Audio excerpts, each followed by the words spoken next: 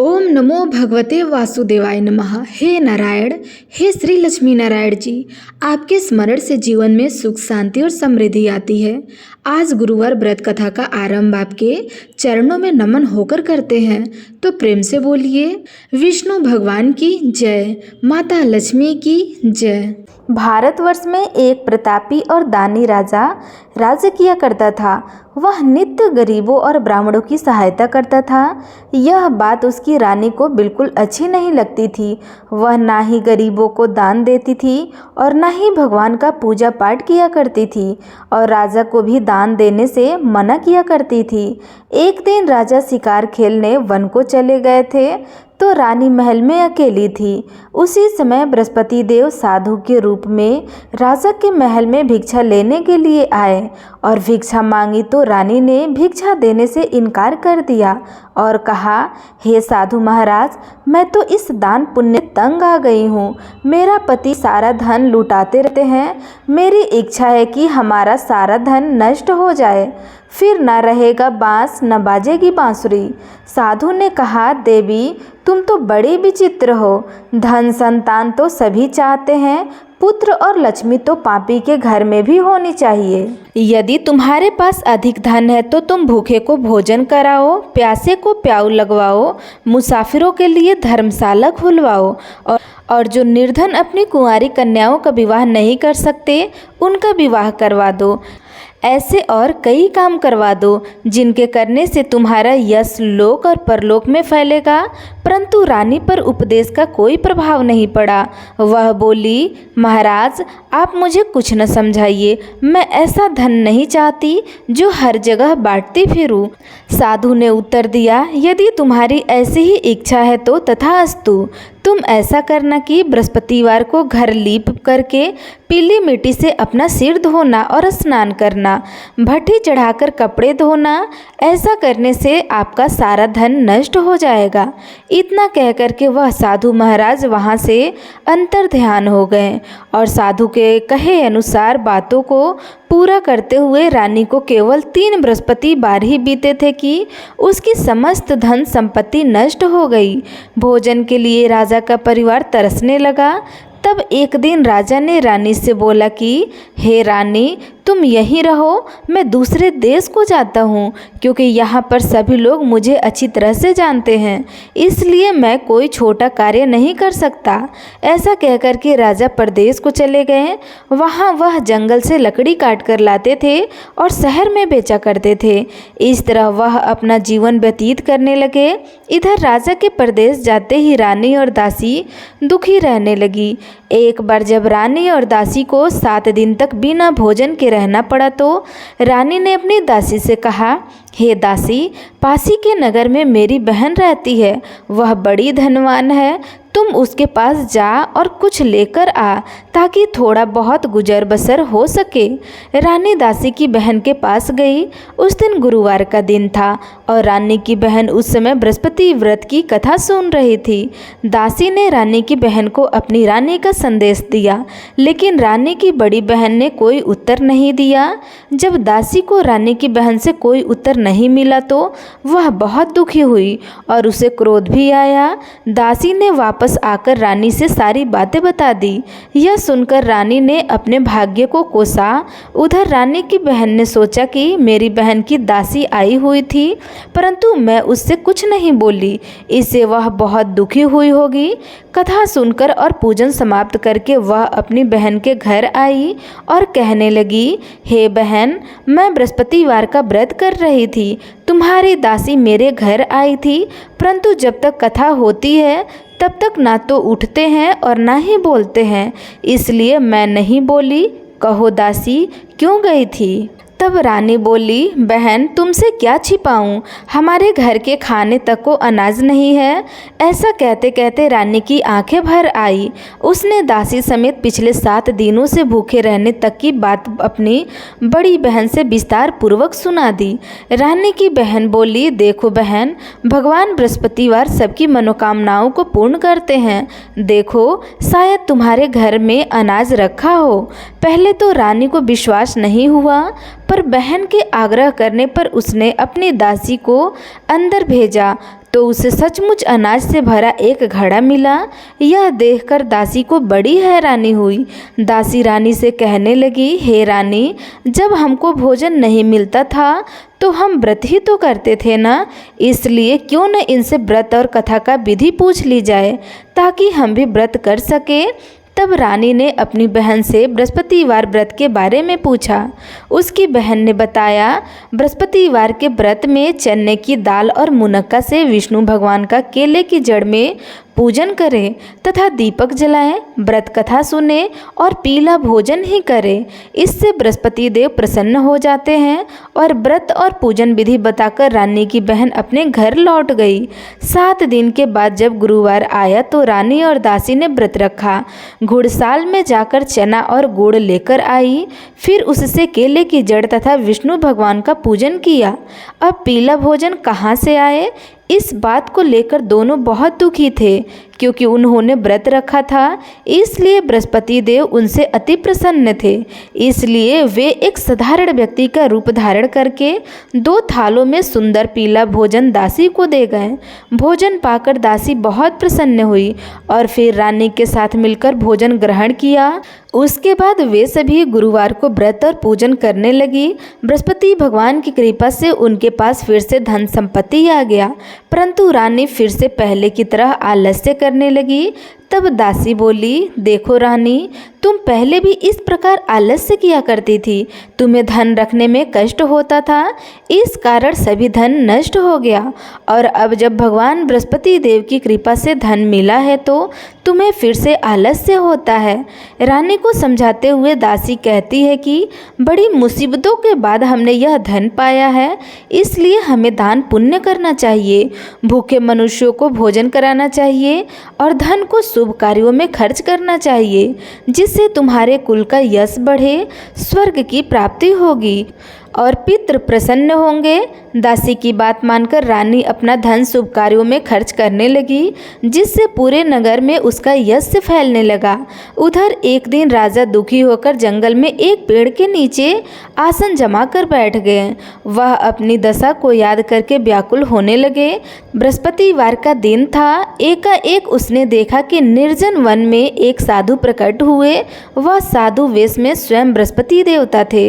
लकड़हारे के सामने आकर बोले, हे लकड़हारे, इस सुनसान जंगल में तुम इतना चिंता मग्न क्यों बैठे हो? तब लकड़हारे के दोनों हाथ जोड़कर प्रणाम किया और उत्तर दिया, महात्मा जी, आप सब कुछ जानते हैं, मैं क्या कहूँ? यह कहकर के रोने लगा और साधु को अपनी आत्मकथा सुनाई। महात्मा जी ने कहा, तुम्हारी स्त्री ने बृहस्पतिवार के दिन बृहस्पति भगवान का निरादर किया है, जिसके कारण रुष्ट होकर उन्होंने तुम्हारी यह दशा कर दी थी। अब तुम चिंता को दूर करके मेरे कहने पर चलो तो तुम्हारे सब कष्ट दूर हो जाएंगे और भगवान पहले से भी अधिक संपत्ति देंगे। तुम बृहस्पतिवार के दिन कथा किया करो, 2 पैसे के चने मुनक्का लाकर उसका प्रसाद बनाओ और शुद्ध जल से लोटे में शक्कर मिलाकर अमृत तैयार करो। कथा के पश्चाताप अपने सारे परिवार और सुनने वाले प्रेमियों में अमृत व प्रसाद को बांटकर खुद भी ग्रहण करो। ऐसा करने से भगवान तुम्हारी सब मनोकामनाएं पूर्ण करेंगे। साधु के ऐसे वचन सुनकर लकड़हारा बोले, हे प्रभु, मुझे लकड़ी बेचकर इतना पैसा नहीं मिलता जिससे भोजन के उपरांत कुछ बचा सकूं। मैंने रात्रि में अपनी स्त्री को व्याकुल देखा है, मेरे पास कुछ भी नहीं है जिससे मैं उसकी खबर मांग सकूं और फिर मैं बृहस्पति देव की क्या कहानी सुनूं? मुझको तो कुछ भी मालूम नहीं है। साधु ने कहा, हे लकड़हारा, तुम किसी बात की चिंता मत करो। बृहस्पतिवार के दिन तुम रोजाना की तरह लकड़ियाँ लेकर शहर को जाओ। तुमको रोज से दुगुना धन प्राप्त होगा, जिससे तुम भली भांति भोजन कर लोगे और बृहस्पति देव की पूजा का सम्मान भी आ जाएगा। बृहस्पति देव की कथा इस प्रकार है, सुनो। प्राचीन काल में एक ब्राह्मण रहता था। वह बहुत निर्धन था, उसकी कोई संतान नहीं थी। उसकी स्त्री बहुत मलिनता के साथ रहती थी। वह स्नान नहीं करती थी और किसी देवी देवता का पूजन भी नहीं करती थी। इससे ब्राह्मण देवता बड़े दुखी रहते थे। बेचारे बहुत कुछ कहते थे किंतु उसका कुछ परिणाम नहीं निकलता था।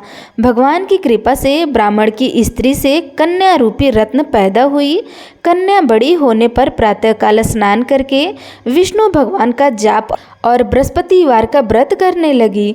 अपने पूजन पाठ को समाप्त करके विद्यालय जाती तो अपनी मुट्ठी में जौ भरकर ले जाती और पाठशाला के मार्ग में डालती जाती थी। तब यह जौ स्वर्ण के हो जाते थे। लौटते समय उनको बीनकर घर लेकर आती थी। एक दिन वह बालिका सूप में उस सोने की जौ को फटक कर साफ कर रही थी कि उसके पिता ने देख लिया और कहा, हे बेटी, सोने की जौ के लिए सोने का सूप होना चाहिए। दूसरे दिन बृहस्पतिवार का दिन था।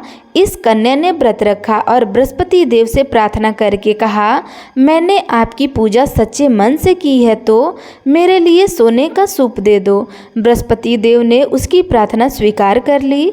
रोजाना की तरह वह कन्या जौ फैलाती हुई जाने लगी।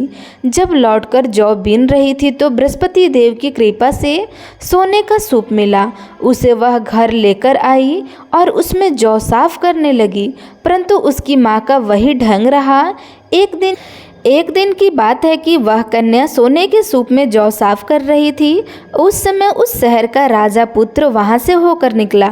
इस कन्या के रूप और कार्य को देखकर मोहित हो गया और अपने घर जाकर भोजन और जल त्याग कर उदास होकर लेट गया। राजा को इस बात का पता लगा तो अपने प्रधानमंत्री के साथ उसके पास गए और बोले, हे बेटा, तुम्हें किस बात का कष्ट है? किसी ने तुम्हारा अपमान किया है अथवा और कोई कारण हो तो हमें बताओ, मैं वही कार्य करूँगा जिससे तुम्हें प्रसन्नता मिले। अपने पिता की राजकुमार ने बात सुनी तो वह बोला, मुझे आपकी कृपा से किसी प्रकार का दुख नहीं है। किसी ने मेरा कोई अपमान नहीं किया है, परंतु मैं उस लड़की से विवाह करना चाहता हूँ जो सोने के सूप में जौ साफ कर रही थी। यह सुनकर राजा आश्चर्य में पड़ गए और बोले, हे बेटा, इस तरह की कन्या का पता तुम ही लगवाओ, मैं उसके साथ तेरा विवाह अवश्य करवा दूंगा। राजकुमार ने उस लड़की के घर का पता बताया। तब मंत्री उस लड़की के घर गए और ब्राह्मण देवता को सभी हाल बताया। ब्राह्मण देवता राजकुमार के साथ अपनी कन्या का विवाह करने के लिए तैयार हो गए तथा विधि विधान के अनुसार ब्राह्मण की कन्या का विवाह राजकुमार के साथ कर दिया गया। कन्या के घर से जाते ही पहले की भांति उस ब्राह्मण देवता के घर में गरीबी का निवास हो गया। अब भोजन के लिए भी अन्न बड़ी मुश्किल से मिलता था। एक दिन दुखी होकर ब्राह्मण देवता अपनी पुत्री के पास गए। बेटी ने पिता की दुखी अवस्था को देखा और अपनी माँ का हाल पूछा। तब ब्राह्मण ने भी सभी हाल कहा। कन्या ने बहुत सा धन देकर अपने पिता को विदा कर दिया। इस तरह ब्राह्मण का कुछ समय सुखपूर्वक व्यतीत हुआ। कुछ दिन के बाद फिर वही हाल हो गया। ब्राह्मण फिर से अपनी कन्या के यहाँ गया और सारा हाल कहा तो लड़की बोली, हे पिताजी, आप माताजी को यहाँ लेकर आओ, मैं उन्हें विधि बता दूंगी जिससे उनकी गरीबी दूर हो जाएगी। वह ब्राह्मण देवता अपनी स्त्री के साथ लेकर पहुँचे तो अपनी माँ को समझाने लगी कि हे माँ, तुम प्रातःकाल प्रथम स्नान आदि करके विष्णु भगवान का पूजन करो तो सब दरिद्रता दूर हो जाएंगी। परंतु उसकी माँ ने एक भी बात नहीं मानी और प्रातःकाल उठकर अपनी पुत्री के बच्चों की जूठन को खा लिया करती थी। इससे उसकी पुत्री को भी बहुत गुस्सा आया। उसने एक रात को एक कोठरी में सारा सामान निकाल दिया और अपनी माँ को उसमें बंद कर दिया और प्रातःकाल उसमें से उसे निकाला तो स्नान आदि करवा के पूजा पाठ करवाया तो उसकी माँ की बुद्धि ठीक हो गई। इसके बाद वह नियम से पूजा पाठ करती और प्रत्येक बृहस्पतिवार को व्रत रखने लगी। इस व्रत के प्रभाव से उसकी माता और पिता बहुत ही धनवान और पुत्रवान हो गए और बृहस्पति देवता के प्रभाव से इस लोक के सुख को भोगकर अंत में स्वर्ग लोक को प्राप्त हुए। इस तरह कहानी कहकर साधु देवता वहाँ से अंतर्ध्यान हो गए। धीरे धीरे समय व्यतीत होने पर फिर वही बृहस्पतिवार का दिन आया और लकड़हारा जंगल से लकड़ी काटकर किसी शहर में बेचने गया। उसे उस दिन और दिन से अधिक पैसा मिला। राजा ने चना गुड़ आदि लाकर गुरुवार का व्रत किया। उस दिन से उसके सभी कलेश दूर हो गए। परंतु जब दोबारा गुरुवार का दिन आया तो बृहस्पतिवार का व्रत करना भूल गया। इस कारण बृहस्पति भगवान नाराज हो गए। उस दिन उस नगर के राजा ने विशाल यज्ञ का आयोजन किया था तथा शहर में यह घोषणा करवा दी कि कोई भी मनुष्य अपने घर में भोजन न बनवाए, न आग जलाए। समस्त जनता मेरे यहाँ भोजन करके जाए। इस आज्ञा को जो ना मानेगा उसे फांसी की सजा दी जाएगी। इस तरह की घोषणा संपूर्ण नगर में करवा दी गई। राजा की आज्ञा के अनुसार शहर के सभी लोग भोजन करने गए, लेकिन लकड़हारा कुछ देर से पहुंचा, इसलिए राजा उसको अपने साथ घर लेकर गए और ले जाकर भोजन करवा रहे थे तो रानी की दृष्टि उस खूंटी पर पड़ी जिस पर उसका हार लटका हुआ था। वह वहां पर दिखाई नहीं दिया। रानी ने निश्चय किया कि मेरा हार इस मनुष्य ने चुरा लिया है। उसी समय सिपाहियों को बुलाकर उसको कारागार में डलवा दिया गया। जब लकड़हारा कारागार में पड़ गया और बहुत दुखी होकर विचार करने लगा कि न जाने कौन से पूर्व जन्म में कर्म से मुझे यह दुख प्राप्त हुआ है, और उसी साधु को याद करने लगा जो कि जंगल में मिला था। उसी समय तत्काल बृहस्पति देवता साधु के रूप में प्रकट हुए और उसकी दशा को देखकर कहने लगे, अरे मूर्ख, तूने बृहस्पति देव की कथा नहीं करी, इस कारण तुझे दुख प्राप्त हुआ है। अब चिंता मत करो, बृहस्पतिवार के दिन कारागार के दरवाजे पर 4 पैसे पड़े मिलेंगे, उनसे तू बृहस्पति देव की पूजा करना, तेरे सभी कष्ट दूर हो जाएंगे। बृहस्पतिवार के दिन उसे 4 पैसे मिले। लकड़हारे ने कथा कही। उसी रात्रि को बृहस्पति देव ने उस नगर के राजा को स्वप्न में कहा, हे राजा, तुमने जिस आदमी को कारागार में बंद कर दिया है वह निर्दोष है, वह राजा है, उसे छोड़ देना। रानी का हार उसी खूंटी पर लटका हुआ है। अगर तू ऐसा नहीं करेगा तो मैं तेरे राज को नष्ट कर दूंगा। इस तरह रात्रि के स्वप्न को देखकर राजा प्रातःकाल उठा और खूंटी पर हार देखकर लकड़हारे को बुलाकर क्षमा मांगी और लकड़हारे को योग्य सुंदर वस्त्र आभूषण देकर विदा कर दिया। बृहस्पति देव की आज्ञा के अनुसार लकड़हारा अपने नगर को चल दिया। राजा जब अपने नगर के निकट पहुंचा तो उसे बड़ा आश्चर्य हुआ। नगर में पहले से अधिक बाग, तालाब, कुएं तथा बहुत सी धर्मशालाएं, मंदिर आदि बन गए थे। राजा ने पूछा, यह किसका बाग है और धर्मशाला किसका है? तब नगर के सब लोग कहने लगे, यह सब रानी के और आपके हैं। तो राजा को आश्चर्य हुआ और गुस्सा भी आया।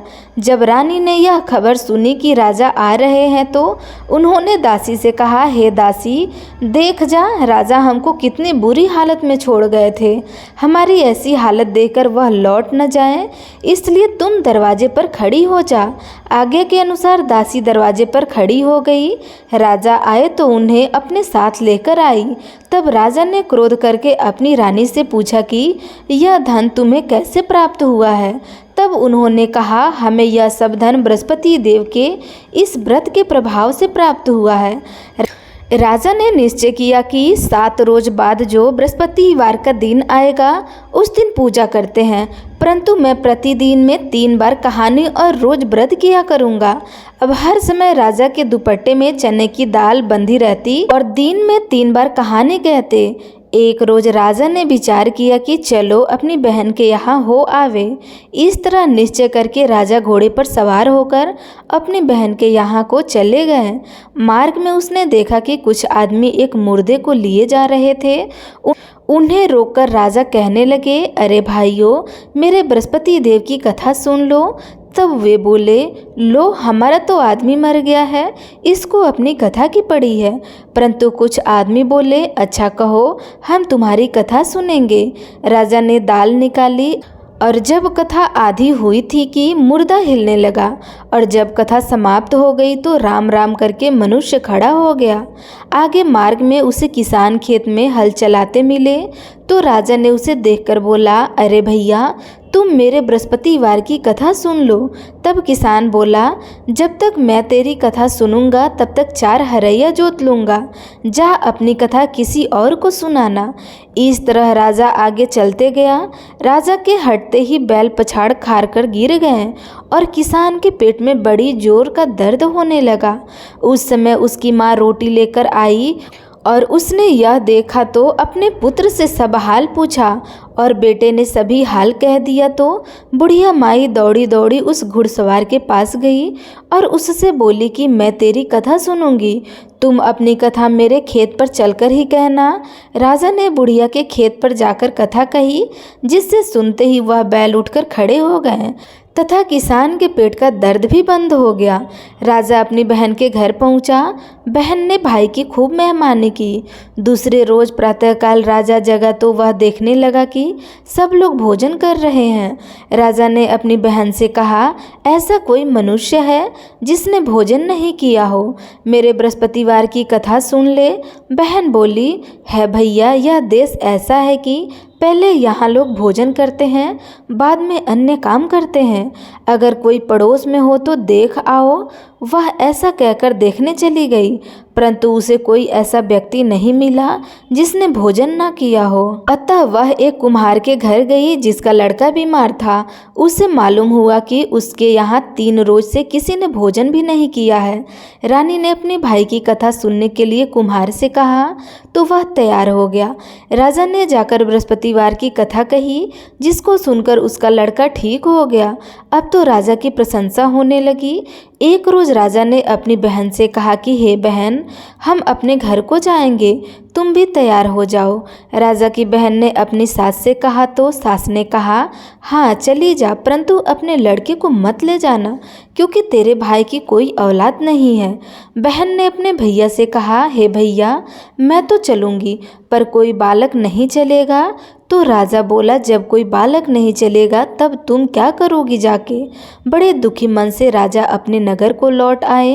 राजा ने अपनी रानी से कहा, हम निर्वंशी हैं, हमारा मुंह देखने का धर्म नहीं है और कुछ भोजन आदि नहीं किया। रानी बोली, हे प्रभु, बृहस्पति देव ने हमें सब कुछ दिया है, वह हमें औलाद अवश्य देंगे। उसी रात को बृहस्पति देव ने राजा के स्वप्न में कहा, हे राजा, उठो, सभी सोच त्याग दो, तेरी रानी गर्भ से है। राजा को यह बात सुनकर बड़ी खुशी हुई। 9वें महीने में उसे गर्भ से एक सुंदर पुत्र जन्म लिया। तब राजा बोला, हे रानी, स्त्री बिना भोजन के रह सकती है, पर बिना कहे नहीं रह सकती। जब मेरी बहन आएगी तुम उससे कुछ मत कहना। रानी ने सुनकर हाँ कर दिया। जब राजा की बहन ने यह शुभ समाचार सुना तो वह बहुत खुश हुई और बधाई लेकर अपने भाई के यहाँ आई। तभी रानी ने कहा, घोड़ा चढ़कर तो नहीं आई है, गधा चढ़कर आई है। राजा की बहन बोली, भाभी, मैं इस प्रकार ना कहती तो तुम्हें औलाद कैसे मिलता? बृहस्पति देव ऐसे ही है, जैसे जिसके मन में जो कामनाएं होती है सभी पूर्ण करते हैं। जो सदा भाव पूर्वक बृहस्पतिवार का व्रत करता है एवं कथा पढ़ता है अथवा सुनता है या दूसरों को सुनाता है, बृहस्पति देव उनकी सभी मनोकामनाएं पूर्ण करते हैं। बृहस्पति देव उनकी सदैव रक्षा करते हैं और जो संसार में सद्भावना और सच्चे हृदय से बृहस्पति देव का पूजन करते हैं उनकी सभी मनोकामनाएं उसी प्रकार पूर्ण हो जाती है। जैसे राजा और रानी ने बृहस्पति देव की कथा का गुणगान किया, उनकी सभी इच्छाएं बृहस्पति देव ने पूर्ण की। मनुष्य को हृदय से उनका मनन करते हुए जयकारा करना चाहिए। तो प्रेम से बोलिए, बृहस्पति देवता की जय, विष्णु भगवान की जय, समस्त देवी देवताओं की जय।